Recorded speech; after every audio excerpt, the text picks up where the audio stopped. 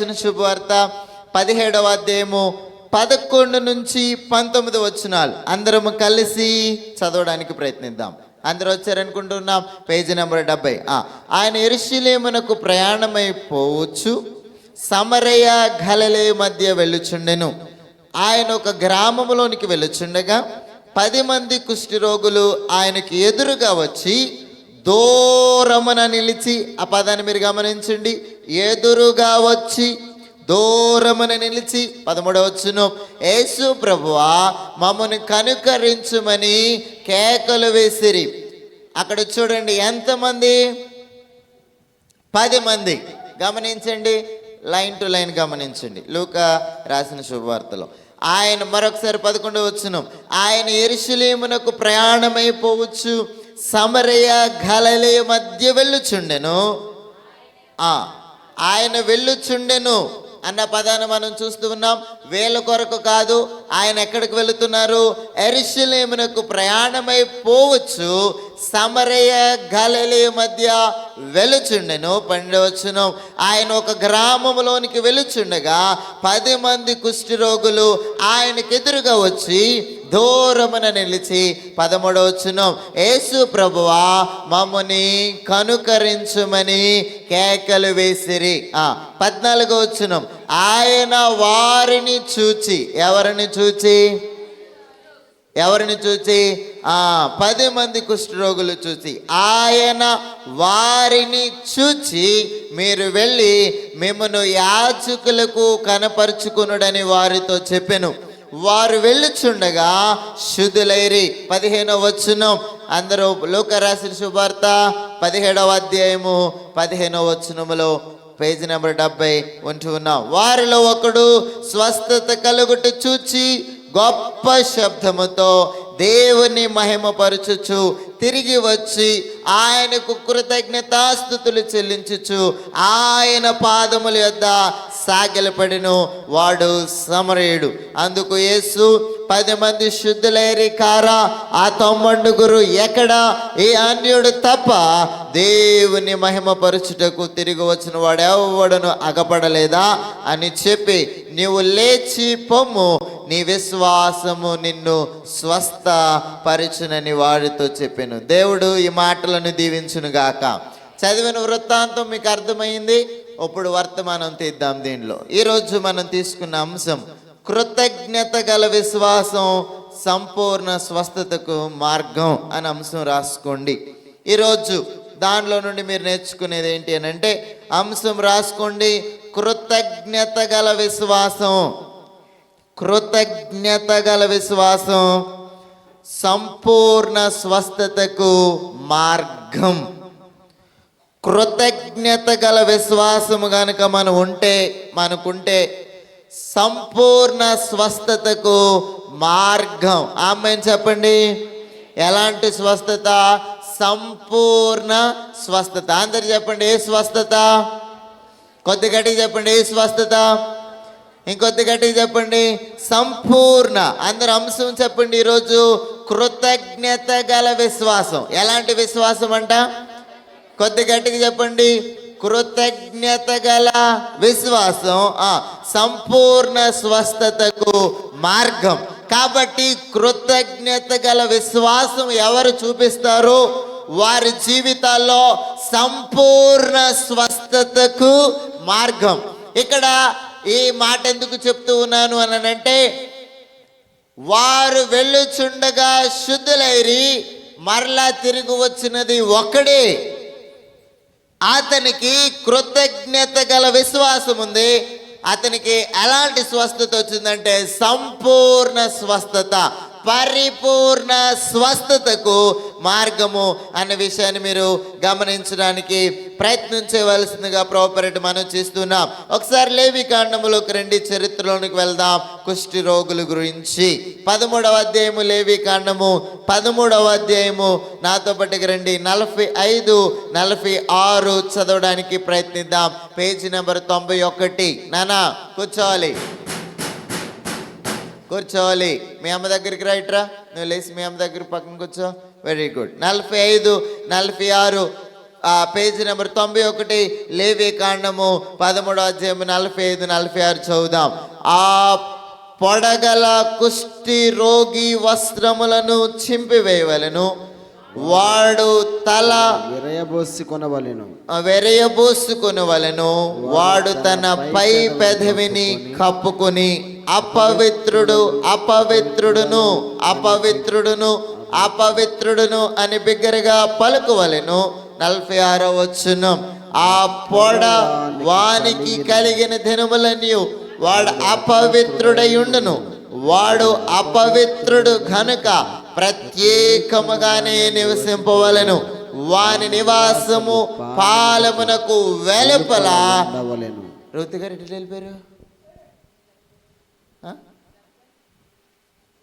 Very good, ఇక్కడ ఉన్నవా? 46వ వచనం, ఆ పొడవానికి కలిగిన దినములన్నీ 46వ వచనం, వాడు అపవిత్రుడయుండును, వాడు అపవిత్రుడు గనుక ప్రత్యేకముగానే నివసింపవలెను, వాని నివాసము పాలమునకు వెలుపల ఉండవలెను. కుష్టి వ్యాధి వచ్చిన వాడు ఎక్కడ ఉండాలా? ఊరి బయట ఉండాల. గమనించండి, ఎవరికైతే ఆ రోజుల్లో కుష్టి వ్యాధి కలిగిన వారు ఉన్నారో వారు ఎక్కడ ఉండాలంటే వెలుపల ప్రత్యేకముగా ఉండవలసిన అవసరత ఉన్నది. ఇప్పుడు మనం చూస్తున్నాం కొంతమంది కొన్ని ఆర్గనైజేషన్స్, సంస్థలు, కొన్ని మీ చుట్టుపక్కల కొన్ని సంస్థలు వాళ్ళు ప్రత్యేకంగా ఉంటారు. అలాగే వీరు కూడా ప్రత్యేకముగా ఒక చోటన ఉండాలి. వీరు ప్రజల్లోనికి రాకూడదు, వీరు ప్రజలతో సంధి చేసుకునకూడదు. అలాంటి భయంకరమైన పరిస్థితిలో ఒక 10 మంది ఆ కుష్టి రోగులు ఒక ప్రదేశంలో ఉంటూ ఉన్నట్లుగా మనం చూస్తూ ఉన్నాం. మన దేవుడు ఎలాంటి దేవుడు అనంటే దైవజనులు రాశారు, చిక్కు ప్రశ్నలాలకించి చిక్కులు విడదీయగలవు, చిక్కు ప్రశ్నలాలకించి చిక్కులు విడదీయగలవు. రక్షకానా వందనాలు, శ్రీ రక్షకానా వందనాలు. కాబట్టి చిక్కు ప్రశ్నలు ఆలకించి ఆయన చిక్కులు విడదీయగలిగిన దేవుడై ఉన్నారు. ఈరోజు మనము ఆ యొక్క చిక్కు ప్రశ్నలు అనేకమైనవి ఉంటూ ఉన్నప్పుడు మనకి ఆ చిక్కు ప్రశ్నలో నుంచి మనకి జవాబు రావాలంటే కృతజ్ఞత కలిగిన విశ్వాసం మనకు ఉండాలి. ఆమేన్ చెప్పండి, కొద్దిగట్టి హల్లెలూయా చెప్పండి.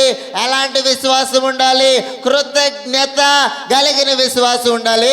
అప్పుడు సంపూర్ణ స్వస్థతకు మార్గము ఏర్పడుతూ ఉన్నది. కాబట్టి ఈరోజు సంవత్సరము అంతములో ఉన్నాం, ముగింపులో ఉన్నాం, ఆఖరి పరిశుద్ధ ఆదివారములో ఉన్నాం.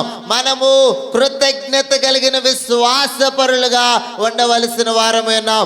అప్పుడు రాబోయే రోజులు సంపూర్ణ స్వస్థతకు మార్గం అనేది ఏర్పడుతూ ఉంటది అన్న విషయాన్ని మీరు గమనించడానికి ప్రయత్నం చేయండి. ఈ 10 మంది కుష్టి రోగులు ఆయన ప్రయాణం ఉన్నారు. ఆయన తన పని మీద ఆయన వెళుతూ ఉండగా ఈ 10 మంది ఏకముగా, అక్కడ మీరు గమనిస్తే ఒకేసారి, దివ్య గారు చూడాల, ఒకేసారి వేస్తున్నారు కేక. 10 మంది ఎట్ ఏ టైం ఒకే కేక, దావీదు కుమారుడా. ఏమన్నారు అక్కడ వాళ్ళు? దావీదు కుమారుడా మమ్మను కరుణించుము అని ఏం వేశారు? కేకలు వేశారు. మీరు ముగ్గురు రేపు ఇక్కడ కేకలు వేయాలి. అందుకని ముగ్గురుగా నిలబెట్టేది. ఇక్కడ ఆమె పాతం చేస్తున్నలే అని కాదు, ఆవిడ మైకులు ఆమె చేసుకుంటుంది. మీ ఇద్దరు చేసేసిన మరలా ముగ్గురు కేకలు వినబడాలి. అక్కడ 10 మంది కేకలు ఎట్ ఏ టైం వినబడుతూ ఉన్నాయి. నమ్మిన వారందరూ హల్లెలూయా చెప్పండి. అమ్మో, 10 మంది కేకలు ఒకేసారి దేవుని దగ్గరికి వెళ్ళినాయి. ఆమేన్ చెప్పండి. కాబట్టి ఇంతమంది ప్రార్థన చేస్తుంటే దేవుడు ఇంతమందిలో ఎవరు ప్రార్థన వింటారు అనుకుంటారేమో, ఇంతమందిలో దేవుడికి ఏం వినపడుతుంది అనుకుంటారేమో. కానీ 10 మంది కేకలు ఆయనకు వినబడినవి. ఆమేన్ చెప్పండి. కొద్ది గట్టి హల్లెలూయా చెప్పండి, ఇంకొద్ది గట్టి హల్లెలూయా చెప్పండి.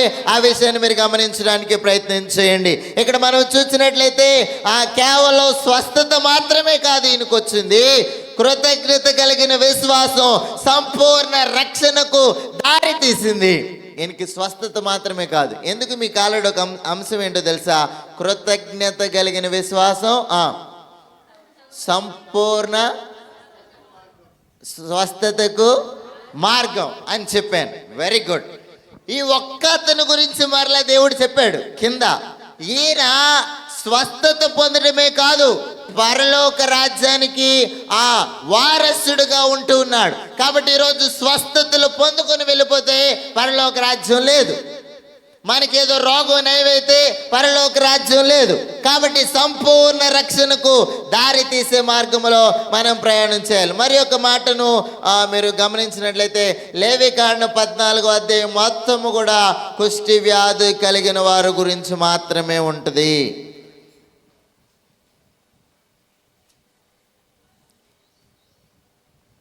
అధ్యాయం మొత్తం వాళ్ళ గురించే ఉంటుంది.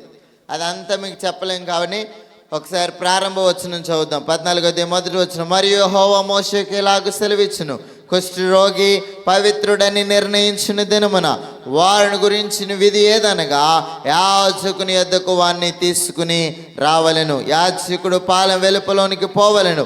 యాజకుడు వారిని చూచినప్పుడు కుష్టి బాగుపడి కుష్టి రోగిని విడిచినెడల యాజకుడు పవిత్రత పొందగోను వాని కొరకు సజీవమైన 2 పవిత్రమైన పక్షులను, దేవదారు కర్రను, రత్నవర్ణము గల నూలను, హిసోపును తెమ్మని ఆజ్ఞాపించాలని. ఇలాగ యాజకుడు ఆ కుష్టి పొడ తగ్గిపోతే ఆ 2 గోవులను లేక 2 జీవులను బలిచి వారిని ప్రజల్లోకి చేర్చుకునేవారు ఆ రోజుల్లో. తగ్గినట్లయితే ఇక్కడ యేసుక్రీస్తు ప్రభు యొక్క మాటలో ఆయన ఒక మాటని చెప్పారు. ఏమని చెప్పారో తెలుసా?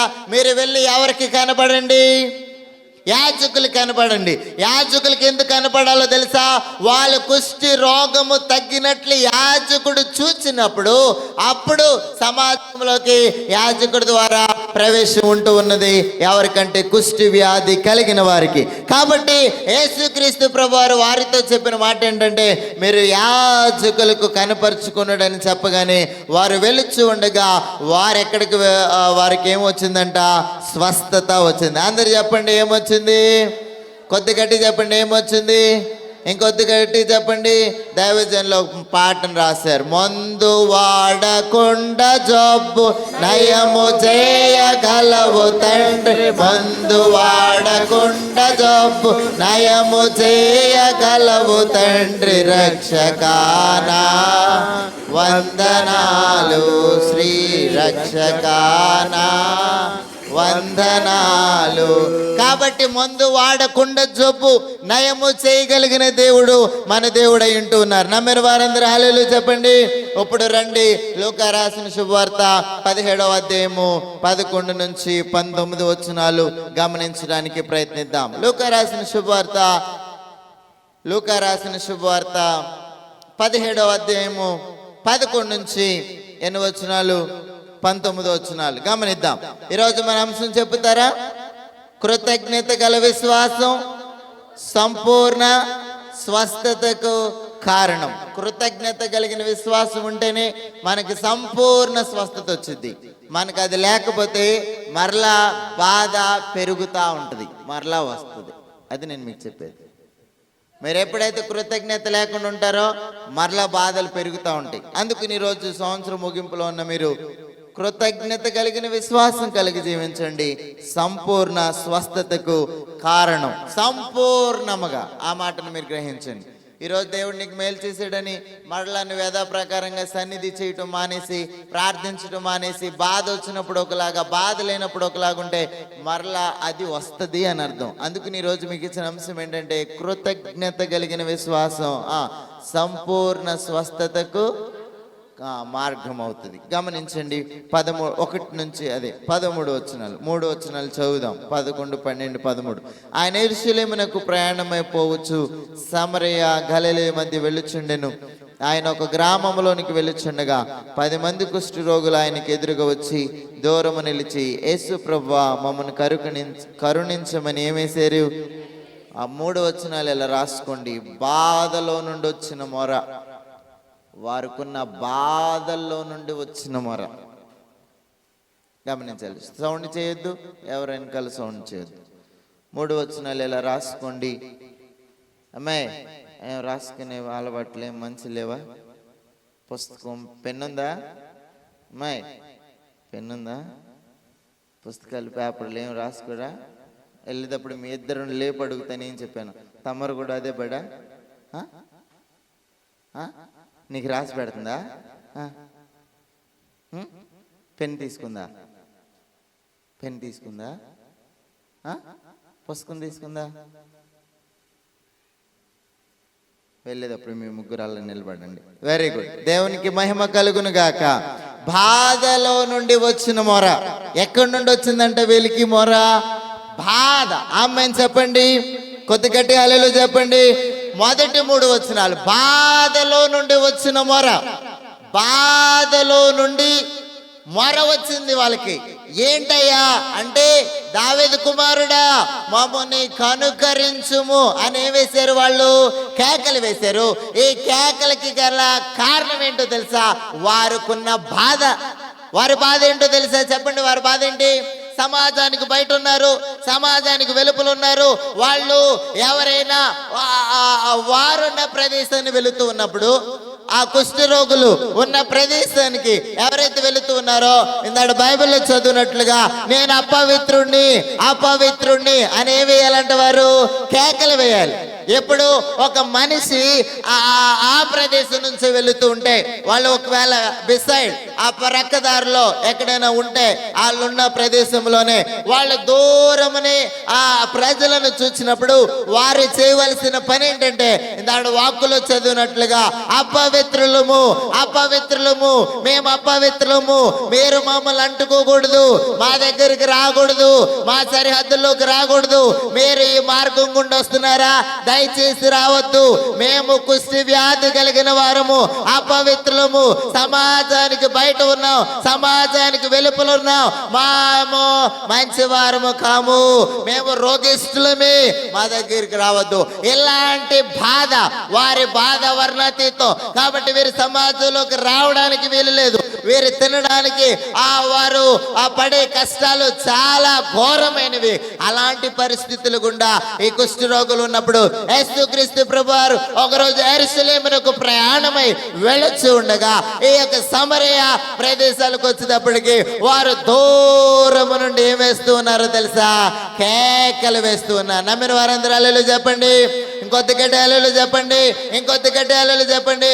వారి బాధలు బట్టి వారి కేకలు వేస్తూ ఉన్నారు. దావీదు కుమారుడా మమ్మల్ని కరుణించుము అని కేకలు వేస్తూ ఉన్నారు. ఈ ఉదయకాల సమయంలో దేవుని మాటలు ఆలకిస్తున్న మనము ఈరోజు మీకు ఇవ్వబడిన అంశం చెప్పుతారా? కృతజ్ఞత కలిగిన విశ్వాసం సంపూర్ణ స్వస్థతకు ఏమవుతుంది?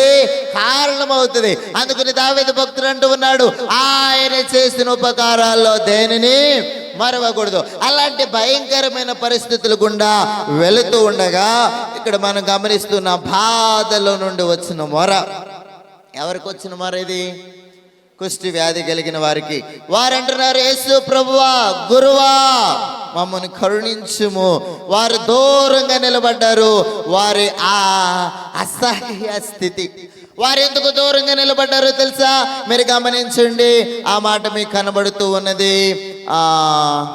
ఒకసారి ప్రయాణమైపోవచ్చుండగా 12వ వచనం, ఆయన ఒక గ్రామంలోనికి వెళుచుండగా 10 మంది కుష్ఠ రోగులు ఆయనకి ఎదురుగా వచ్చి దూరమున. ఆ పదాన్ని మీరు గమనించారా? ఎదురుగా ఉన్నారు, కానీ ఎక్కడున్నారు? వారు దూరములో ఉన్నారు. ఎందుకని చెప్పే కదా ఇప్పుడు వరకు ప్రసంగం, అపవిత్రులము, మేము అపవిత్రులము, మా ప్రదేశానికి మీరేం చేయకూడదు, రాకూడదు అని వారి కేకలు వేయాలి. అక్కడ వారు దూరమని నిలబడ్డారు. వారు అసహ్య స్థితిని మనం చూస్తున్నాం. వారిని ఏం చేసుకుంటారంట? ప్రజలు అసహించుకుంటారు. అందరు చెప్పండి, ఏం చేసుకుంటారు? ఇంకొద్ది గట్టి చెప్పండి, ఏం చేసుకుంటారు? అసహించుకుంటారు. వారి స్థితి ఎలాగున్నదో తెలుసా? వారి స్థితి ఎలాగున్నదో తెలుసా? ప్రజలు ఏం చేస్తూ ఉన్నారంటే అసహించుకుంటూ ఉన్నారు. మన దేవుడు ఏ ప్రజలైతే అసహించుకుంటూ ఉన్నారో వారిని దేవుడు మంచి మార్గములోనికి తీసుకుని వచ్చారు. ఎందుకో తెలుసా? బాధలో నుండి వచ్చిన మొర. మనం పాడుకుంటాం, యెహోవా నా మొర తన మహాదయను నన్ను గణించెను. తన మహాదయను నన్ను గణించెను. కాబట్టి యెహోవా నా మొర లాలించును, యెహోవా నా మొర లాలించును, తన మహాదయను నన్ను గణించును. దేవుడు మన ప్రార్థన ఆలకిస్తారు. వీరుకున్న స్థితి రాసుకోండి. బాధలో నుండి వచ్చిన మొరలో వారు అసహ్యమైన స్థితిలో ఉన్నారు. ఏ స్థితిలో ఉన్నారు? మాట్లాడరేంటి? ఏ స్థితిలో ఉన్నారు? అసహ్యమైన స్థితిలో ఉన్నారు.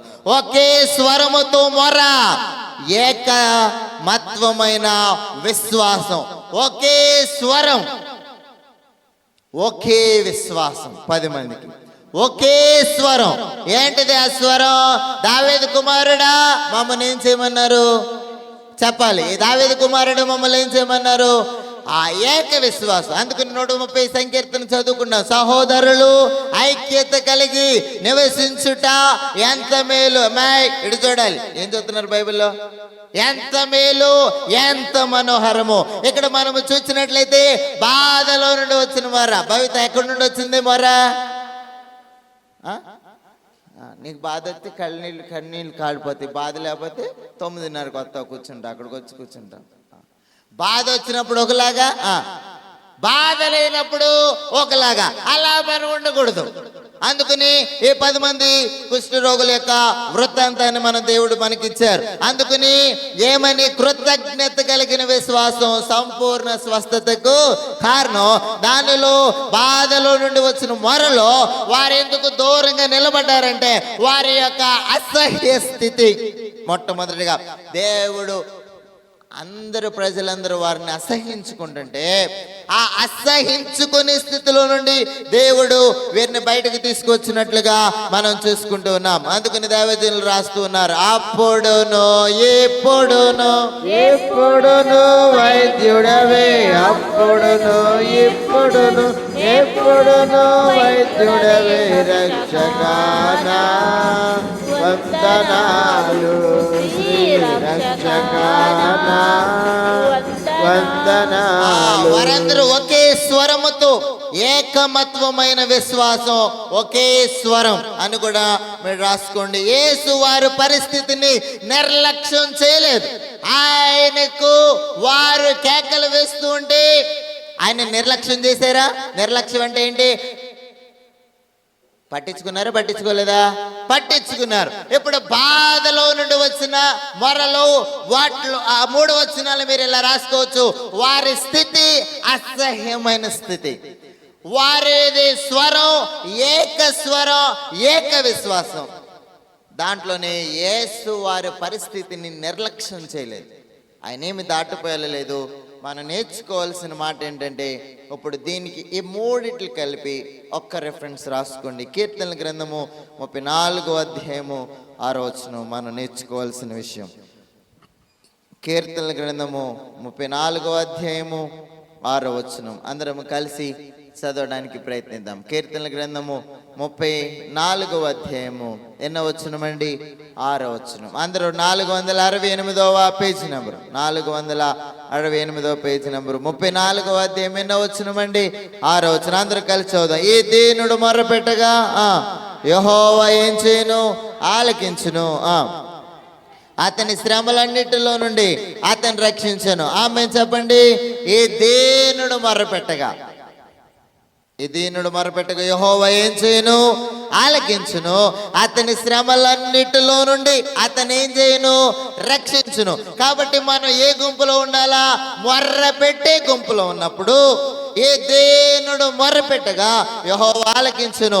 అతని శ్రమలన్నిటిలో నుండి అతన్ని దేవుడు ఏం చేస్తాడు? రక్షిస్తాడు. మనం మొర్రపెట్టే గుంపులో ఉంటేనే దేవుడు మనల్ని ఏం చేస్తాడు? రక్షిస్తాడు. మనం మోకాళ్ళు వేయలేకపోతే, సన్నిధి చేయలేకపోతే ఎవరు ఏమీ చేయలేరు. రెండోది 14వ వచనం చదువుదాం. అక్కడ లూకా రాసిన శుభవార్త 17వ అధ్యాయము ఎన్నో వచనం చదువుదామండి? 14వ వచనం. అందరు కలిసి చదువుకుని ముందుకెళ్దాం. లూకా రాసిన శుభవార్త 17వ అధ్యాయము ఎన్నో వచనం అండి? 14వ వచనం. ఆయన వారిని చూచి, మీరు వెళ్ళి మిమ్మల్ని యాజకులు కనపరుచుకున్నాడని వారితో చెప్పెను. వారు వెళ్ళిచుండగా వారు ఏమైరి? శుద్ధులే. విధేయత ద్వారా వచ్చిన స్వస్థత అని రాసుకోండి. 14వ వచనం. విధేయత ద్వారా వచ్చిన స్వస్థత రాసుకున్నారా? మొదటి 3 వచనాలు ఎలాగ రాసుకున్నారు? బాధలో నుండి వచ్చిన మొర. 14వ వచనం విధేయత ద్వారా వచ్చిన స్వస్థత. మనకేముండాలో తెలుసా? విధేయత. అందరు చెప్పండి, ఏముండాలి? కొద్ది గట్టి చెప్పండి, ఇంకొద్ది గట్టి చెప్పండి. నయమను దైవజనుడైన ఎలీషా దగ్గరికి వచ్చినప్పుడు ఎలీషా ఏమన్నాడు తెలుసా? యోర్దాను నదిలోకి ఎన్నిసార్లు మునగమన్నాడు? 7 సార్లు మునగమంటే ఆయన ఏమన్నాడు? దైవజనుడి దగ్గరికి వెళ్తే చేసి ప్రార్థన చేస్తాడంటే ఈయనేంటి నన్ను యోర్దాను నదిలో మునగమంటాడా అని కోపోద్రేకము గలవాడై వెళ్ళిపోతూ ఉండగా సేవకుడు అన్నాడు, అయ్యా అది పెద్ద కష్టమైన పనా? 7 సార్లు మునగడం పెద్ద కష్టమైన పనా? ఒక్కసారి మునుగు చూడు. దైవజనుడు చెప్పిన మాటకు విధేయత చూపించు అన్నప్పుడు ఆయన అన్నాడు, సరే మునుగుదాం అని వెళ్ళి మునిగిన వెంటనే ఆయనకి ఏమొచ్చిందో తెలుసా? స్వస్థత. అందరు చెప్పండి, ఏమొచ్చింది? కొద్దిగట్టి చెప్పండి, ఏమొచ్చింది? పాతను అంటాడు. అయ్యగారికి ఏమి లేదు పని పాట, నా కొంప నేనే తుడుచుకోను. పాతను ఏం చేస్తాను? పద్దాకి వెళ్ళి స్త్రీలైన వారు చాలా పనుల విషయంలో నిర్లక్ష్యంగా ఉంటారు, బద్ధకంగా ఉంటారు, సోమరిగా చాలా మంది ఎక్కడ పనులు అక్కడ పెట్టుకునే ఉంటారు. కాబట్టి స్త్రీకి అది కరెక్ట్ కానే కాదు. ఆమె ఉదయాన్నే లేచి ఎప్పుడు లేగాలంట? మా అత్తమ్మ గారు ఎప్పుడు లేగుతాం తమరు? ఆ పిల్ల పని చేసిద్దా? ఆ పిల్ల ఇంక చూస్తే ఆ పిల్ల పని చేసిద్ది అంటే నేను కళ్ళు తిరిగి పడిపోతాను. ఆ అమ్మాయి చూస్తే ఆ అమ్మాయి ఇంక చూస్తే పని ముందుకు వెళ్తాం.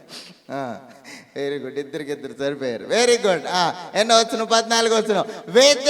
స్త్రీలైన వారు వేకువని లేచి మీ పనులన్నీ కూడా చక్కబెట్టుకుని మీరందరూ కూడా శ్రద్ధ కలిగి పనులన్నీ ముగించుకుని మీ బిడ్డల కొరకు, మీ భర్తల కొరకు, రాబోయే రోజుల కొరకు ఏం చేయాలంటే ప్రార్థనలు చేయాలి. ఆమేన్ చెప్పండి.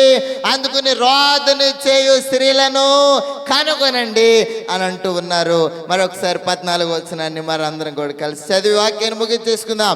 ఆయన వారిని చూచి, మీరు వెళ్ళి మిమ్మల్ని యాజకులకు కనపరుచుకున్నాడని వారితో చెప్పాను. వారు వెళ్ళుచుండగా వారు ఏమయ్యారు? శుద్ధులయ్యారు. విధేయత ద్వారా వచ్చిన స్వస్థత అన్న విషయాన్ని మనం గమనించడానికి ప్రయత్నిద్దాం. యాజకుల యొద్దకు మీరు వెళ్ళండి అంటగానే ఇంకా స్వస్థతగా రాకముందే వాళ్ళకి అప్పుడు స్వస్థత వచ్చిందా? రాలా. దేవుడు ఎక్కడికి వెళ్ళమన్నాడు? యాజకుల దగ్గరికి వెళ్ళమన్నాడు. అయినను సరే స్వస్థత రాకపోయినా వాళ్ళు వెళుతూ ఉన్నారు. స్వస్థత వస్తేనే వెళ్ళాలి. ఎవరి దగ్గరికి? యాజకుల దగ్గరికి. ఆయనను స్వస్థత రాకపోయినా వారు వెళుతూ ఉన్నారు. వెళుతూ ఉండగా వారు శుద్ధులైరి. విశ్వాసం అనేది మాటల్లో కాదు, చర్యల్లో కనిపిస్తుంది. మాటల్లోకి ఏం కనపడదు. మీరు చేసే చర్య, మోకరించే విధానం, సాగిలపడే విధానం, వాళ్ళు చర్య చేస్తూ ఉన్నారు. విశ్వాసం అని చెప్పు కూర్చోలే, చర్య. కొంతమంది మోకాళ్ళే వేయాలంటే వెయ్యాలి అంతే. యేసుక్రీస్తు ప్రభువారిని వీళ్ళు ఎక్కడికి వెళ్ళమన్నారు? యాజకుల దగ్గరికి వెళ్ళమన్నారు. యాజకుల దగ్గరికి ఎప్పుడు వెళ్ళాలి? కుష్ఠపడ తగ్గిందని ఒక నిర్ణయ కాలానికి వచ్చినప్పుడు వెళ్ళాలి. ఎప్పుడు? మోషే ధర్మశాస్త్రం ప్రకారం. వీళ్ళకి యేసుక్రీస్తు ప్రభువారితో మాట్లాడుతున్నప్పుడు అప్పటికి ఇంకేముంది? కుష్టు ఉంటానే ఉంది. ఈయన వెళ్ళమన్నప్పుడు కూడా ఏముంది?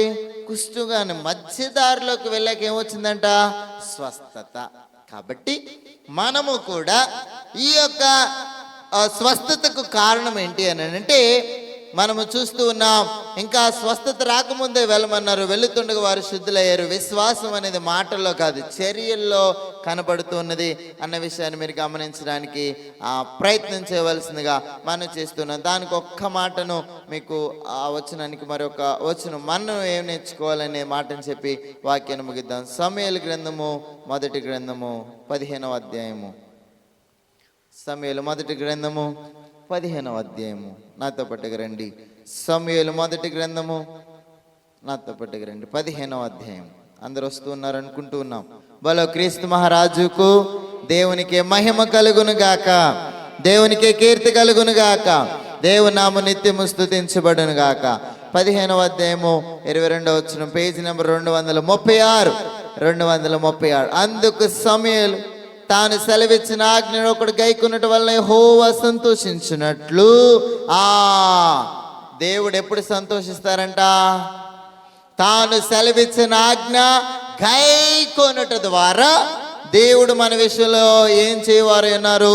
సంతోషించేవారు ఉన్నారు. దేవుడి కొన్ని మాటలను దీవించును గాక. మరలా మీకు 2 రోజుల తర్వాత మరలా కూడా ఉంటుంది, మరలా పండుగ ఉంటుంది.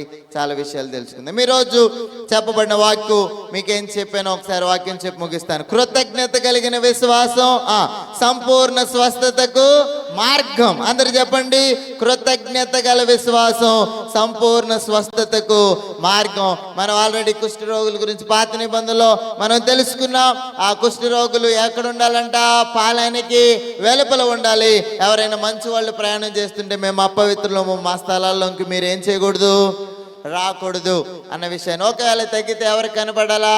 యాజకుడుకు కనపడాలి అన్న విషయాన్ని మీరు గమనించడానికి ప్రయత్నిద్దాం. ఇక్కడ మనము చూసినట్లయితే ఆ మొదటి 3 వచనాలు ఇలాగ రాసుకున్నారు. బాధల్లో నుండి వచ్చిన మొర.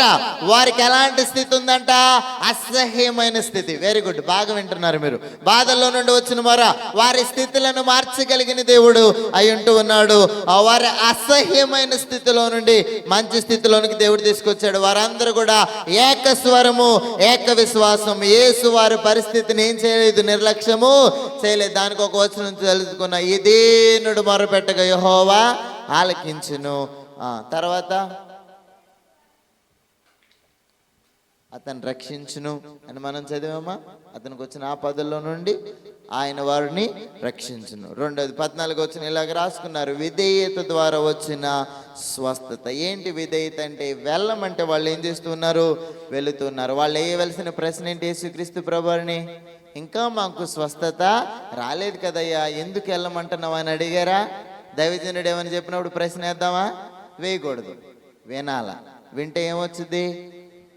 దైవజనుడు యేసుక్రీస్తు ప్రభు వర్గాలు ఎదురు ప్రశ్న ఇలా, ఇంకా తగ్గకుండానే ఎక్కడికి వెళ్ళమంటున్నారు? యాజకుల దగ్గరికి వెళ్ళమంటున్నాడు. ఏంటి అని ఎదురు ఇలా? విధేయత అనేది చూద్దాం. విశ్వాసం అనేది మాటల్లో కాదు, ఎక్కడ కనపడుతుంది? చర్యల్లో. నాకు విశ్వాసం ఉందంటే సరిపోదు, మోకాళ్ళు వేసి సన్నిధి చేయాల్సింది. అందుకని విధేయత ద్వారా ఆశీర్వాదం. ఒకడు ఆజ్ఞను గైకొనుట ద్వారా దేవుడు ఏం చేయవారైనారు? సంతోషించేవారైనారు. ఇంకా 15, 16, 17, 18 వచనాలు 31వ తారీఖున ధ్యానం చేసుకుందాం. దేవుడి కొన్ని మాటలను దీవించును గాక. మోకరిద్దాం, ప్రభు వైపు చూస్తూ ప్రార్థన చేసుకుందాం. ప్రతి ఒక్క